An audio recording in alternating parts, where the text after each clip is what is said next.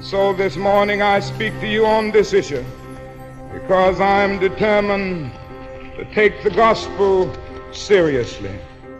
If that is to be peace on earth and goodwill toward men, something must remind us of this as we somehow stand in the Christmas season and think of the Easter season simultaneously. For the two somehow go together. Christ came to show us the way. Men loved darkness rather than the light. They crucified him. That on Good Friday on the cross, it was still dark. Then Easter came, and Easter is an eternal reminder of the fact that truth crushed earth will rise again. And so this is our faith. Now it isn't easy. Stand up for truth and for justice. Sometimes it means being frustrated. When you tell the truth and take a stand,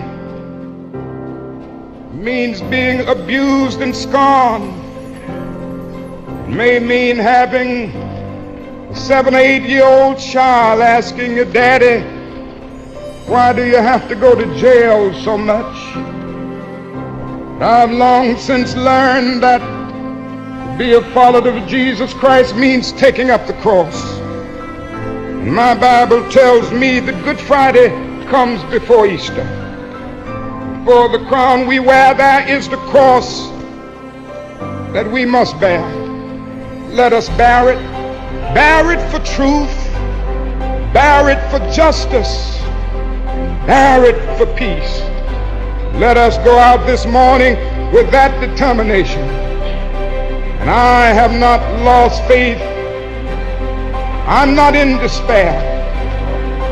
I haven't lost faith. And I'm glad to see you. We are glad to see you. Thank you very much. The next thing we must be concerned about if we're to have peace on earth, goodwill toward men, must be the nonviolent affirmation of the sacredness of all human life. Just take up the ammunition of love. They know how to handle violence, but they prove over and over again that they don't know how to handle nonviolence. Ye have heard that it hath been said, thou shalt love thy neighbor and hate thine enemy. But I say unto you, love your enemies. This is a non-violent protest. We are depending on moral and spiritual forces. Even if we have to receive violence, we will not return violence. They've forgotten that my ministry is in obedience to the one who loved his enemies so fully that he died for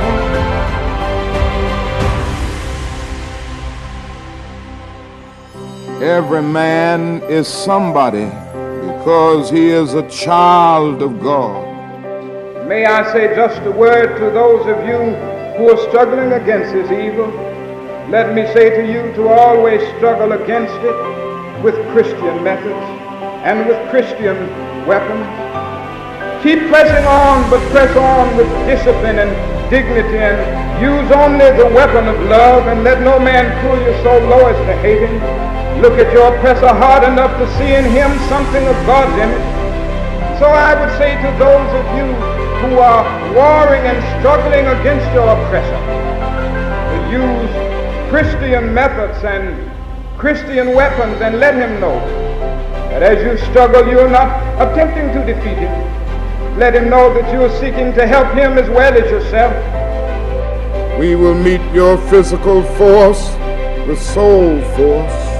Non-cooperation with evil is as much a moral obligation as is cooperation with good. And so throw us in jail, bomb our homes and threaten our children, and as difficult as it is, we will still love you. Send your hooded perpetrators of violence into our communities at the midnight hour and drag us out on some wayside road and leave us half dead as you beat us, and we will still love you. Like anybody, I would like to live a long life. Longevity has its place. But I'm not concerned about that now. I just want to do God's will. And He's allowed me to go up to the mountain. And I've looked over and I've seen the promised land.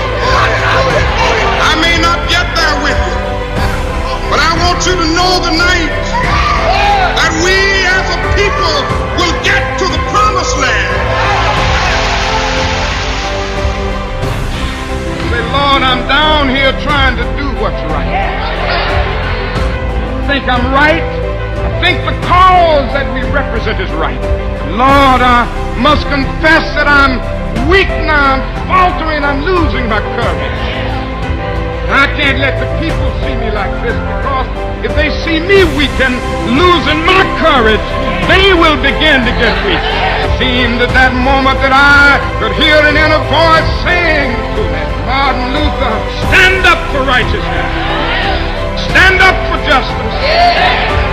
Stand up for truth. And lo, I will be with you even unto the end of the world.